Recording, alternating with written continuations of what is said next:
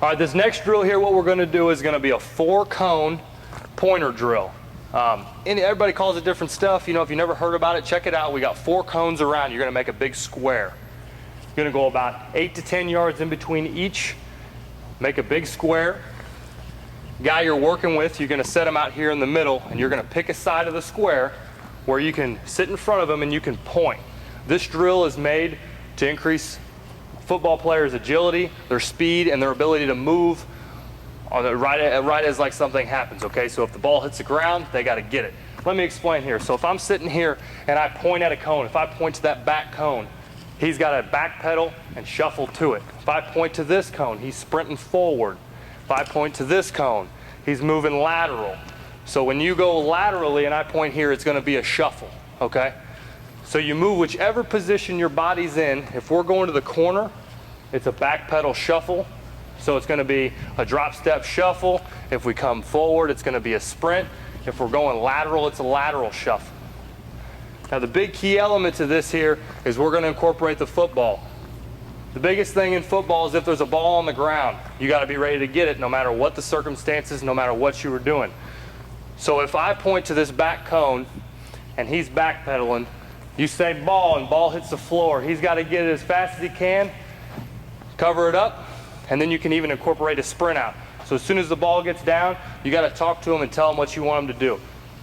You want him to stay on the ball, cover it up, tell him to cover it up. If you want him to get out and run, tell him to get out and run with it, okay? Don't use this as a conditioning drill. Don't kill somebody with a minute. 15 to 20 seconds, really good reps, give them a break, next man goes, okay? All right, we ready to rock? Here we go. Lateral. Here we go. Lateral shuffle. Here we go. Back pedal, back pedal. Got to sprint, got to sprint, got to sprint. Back pedal. Here we go. Here we go. Ball, ball, ball. Covered up, covered up. Here we go. Drop step, drop step, drop step. Sprint, sprint, sprint. Lateral. Here we go. Here we go. Getting low. Drop step and go. Drop step and go. Come on, quick. Sprint, sprint, sprint. Ball, ball, ball. Get it, get it, get it. Attaboy. Sprint it out. Now, whenever you're doing these, remember to be vocal with the person you're working with. If you go too fast and you're just pointing, you're not going to get the footwork that you want. So make sure to be vocal. If you want to shuffle, tell them shuffle. If you want to backpedal, tell them backpedal. And when you throw the ball, be vocal about it, all right?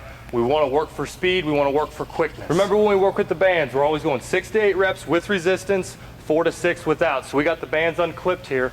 Same concept. We're going to point. We're going to be very vocal. And you're going to tell them to move quickly.